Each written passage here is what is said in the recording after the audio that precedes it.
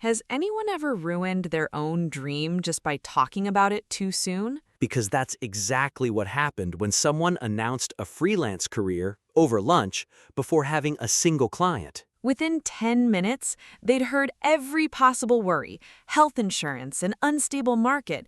Most freelancers go back to regular jobs within a year. If you've ever shared a dream and watched it slowly deflate under other people's opinions, stay with us, because today's episode explains exactly why that happens. Hello, everyone. Welcome back to the English Flow podcast. I'm so happy you're here with us today. Hey there, and today's idea genuinely changed how I handle my own goals, so I'm excited to walk through it with you. Today, we're talking about the power of silence, why keeping some of your plans quiet might actually protect them. This isn't about secrecy or not trusting anyone. It's about protecting the energy of your own goals before they're strong enough to survive outside opinions. By the end of this episode, you'll know exactly when silence helps you and when it's actually just fear wearing a clever disguise. So here's a question for you. Have you ever shared a goal too early and watched the excitement fade? Tell us in the comments. We really want to know because this happens to almost everyone at least once. And if this episode helps you, please like this video and subscribe to English Flow Podcast so you don't miss what comes next. I think this idea applies to English learning too, honestly. How many times have we announced, "I'm going to be fluent this year," to everyone we know? And then felt this strange pressure every time someone asked, "So, how's the English going?" before you'd even built any real momentum. Exactly.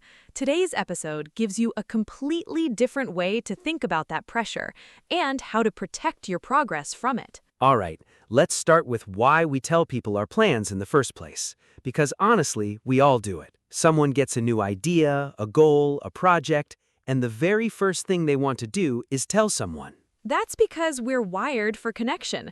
We want people to feel excited with us, right at the moment the dream feels most beautiful and untouched. But here's where it gets interesting.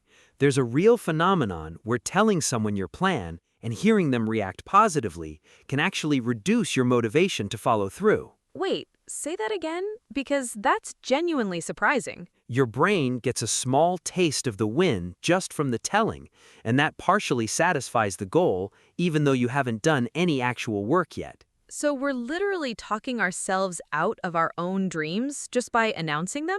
Sometimes, yes. The announcement quietly becomes the achievement inside our own heads. Here's a real example. Someone once decided to write a book, told everyone, made it part of their identity, and then wrote maybe 3 paragraphs in 4 months. In their head, they already felt like a writer because people kept asking about it. But that pressure eventually made the whole thing feel exhausting instead of exciting. The moment you announce a dream, you risk turning it into a deadline, and deadlines can quietly kill the joy that started it. And it's not just books. It happens with fitness goals, English goals, career changes, anything exciting before it becomes real and solid. There's actually research around this too, that publicly sharing intentions can sometimes weaken follow-through because the social reward substitutes for the real one. Substitution is the word for that exact pattern, when the telling itself partially satisfies the goal even though nothing has actually been built yet. So to summarize this section, sharing too early can give your brain a reward before you've actually earned it, which can weaken your motivation to keep going. Now let's build on that with the second problem, what actually happens after you share, the opinions you never asked for. You get so many opinions from people who've genuinely never done what you're trying to do. We call these unsolicited opinions, meaning nobody asked for them, but somehow they still arrive anyway. Usually at dinner. Have you thought about the risks? It's a tough market out there.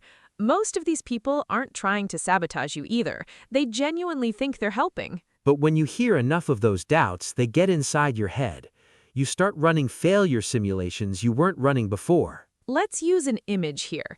Imagine your plan is a small campfire.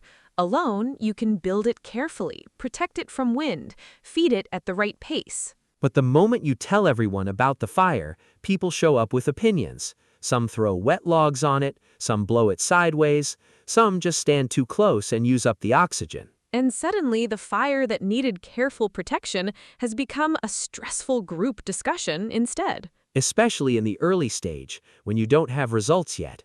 It's all still theory, and theory is hard to defend against doubt. There's also something called comparisonitis, that uncomfortable thing where someone else's progress makes you suddenly aware of your own stagnation.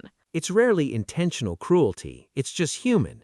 And sometimes it's not even words, it's a pause, a look, an energy that doesn't quite land as supportive. If you've already shared your plan with that person, that energy lives with you now, completely rent-free. None of these people are usually being deliberately cruel either. Most of them genuinely believe they're helping by warning you about risks. But there's a real difference between someone who's actually done what you're trying to do, offering advice, and someone who's simply nervous on your behalf. Here's a quick practice activity. Think of one goal you've shared recently and notice honestly how the reactions actually made you feel afterward. First tip, notice the feeling, don't judge it. Second tip, separate genuine support from casual doubt. Third tip, decide who actually deserves early access to your dreams. We'd love for you to write one lesson from that experience in the comments below. So to review, unsolicited opinions can plant doubt before your plan has any real proof to defend itself with. Now, let's move to the third part of today's journey, the difference between protecting silence and hiding in it, plus who actually deserves to hear your plans early. This connects directly to everything we've covered, because the real question isn't simply share or stay silent. The better question is, who am I sharing with and what do I actually want from them? Sharing with one trusted person who helps you follow through is genuinely useful. That's real accountability, not just casual applause. But posting day one of a new goal to everyone online is very different.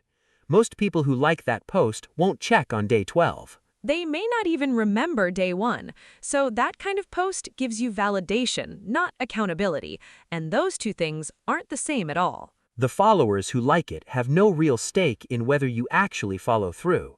They'll double tap and forget, but your brain still got its reward. But if you tell one friend who texts you on Tuesday asking, "Did you go?" that's a real support structure, not just a performance. So it's not about secrecy, it's about selectivity, choosing carefully who gets access to your early, fragile plans. But how do you actually know the difference between protecting your dream and just hiding because you're afraid? The difference is action. If you're quiet but still taking small steps, that's genuine protection. And if you're quiet and doing absolutely nothing? That may be hiding. Silence shouldn't become a comfortable room where the dream slowly disappears without anyone noticing, including you. So the real test is my silence protecting action or replacing action completely? Exactly. If you're working quietly, learning quietly, building quietly, silence is serving your dream. If it's avoiding risk forever, it's fear wearing better branding. One practical way to check yourself here is keeping evidence, even if nobody else sees it. A notebook, a tracker, a folder of small proof that you're actually moving. That way, the silence stays honest. You're not disappearing from the work, you're simply choosing not to perform it for an audience yet. So, to review this section, protect your plan with the right circle and keep the actual work visible to yourself, even when it stays private from everyone else. Now, let's talk about the mistakes people commonly make with sharing and silence, so you can avoid falling into the same patterns.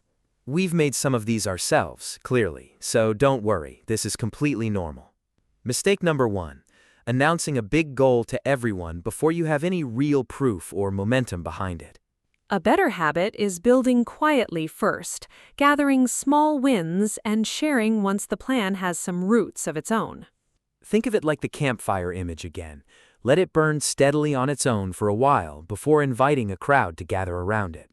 Mistake number 2, confusing online validation with real accountability. Likes and comments feel supportive, but rarely include anyone actually checking on you later. A better habit is choosing 1 or 2 trusted people who will genuinely follow up, instead of a wide audience that simply reacts once. A follower double-tapping a photo has zero real stake in your outcome. A friend who texts you on Tuesday actually does. Mistake number 3. Using "I'm protecting my energy" as an excuse to avoid taking any real action at all. The fix here is honesty. If you're quiet but not moving, that's not protection anymore. That's simply avoidance wearing a nicer name. Mistake number 4.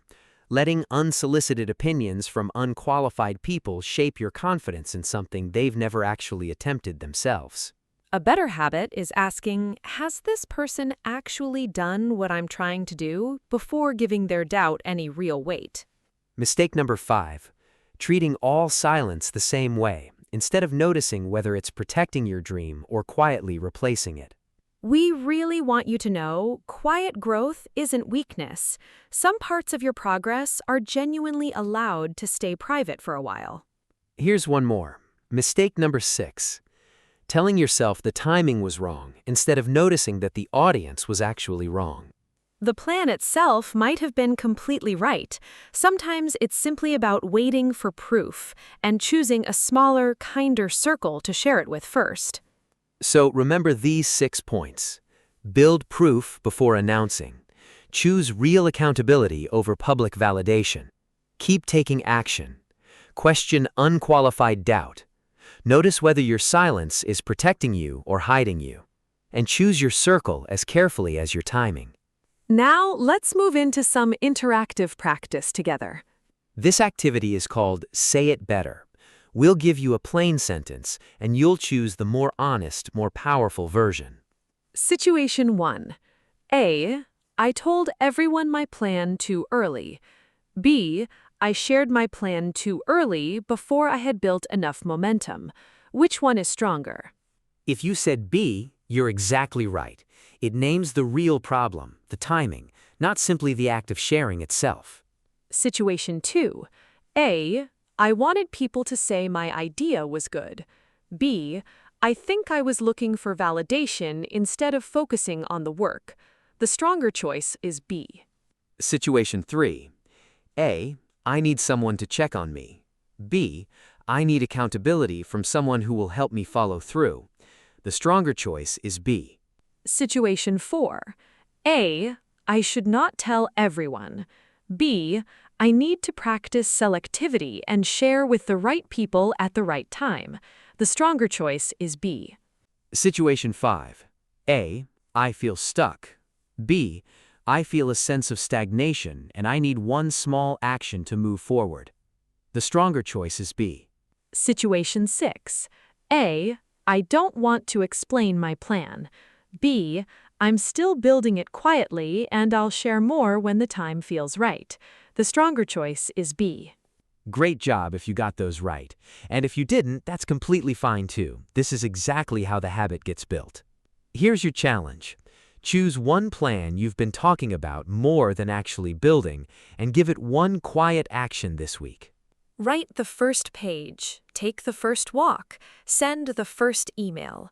One small, real step matters more than any announcement ever could. And if you do want to tell someone this week, tell them the quiet action you're taking, not the whole grand plan. That one shift, sharing what you've done instead of what you intend to do, changes the entire energy of the conversation. Results speak in a language that doubt simply can't translate, and that's a much stronger position to share your plan from later. Wow, what an episode! Let's quickly review everything we covered today. We learned that sharing too early can quietly reduce motivation, and that unsolicited opinions can plant doubt before your plan has proof. We also learned the real difference between protecting silence and hiding in it, and why selectivity matters more than secrecy. And we covered the biggest mistakes to avoid, seeking validation instead of accountability, and confusing silence with avoidance. You should be really proud of yourself for making it through this whole episode. That's genuine insight into how you protect your own goals. So here's a question to think about. What's one thing you need to stop announcing and start quietly building instead? Maybe it's a goal you've mentioned for months, or maybe it's something you've never said out loud to anyone yet.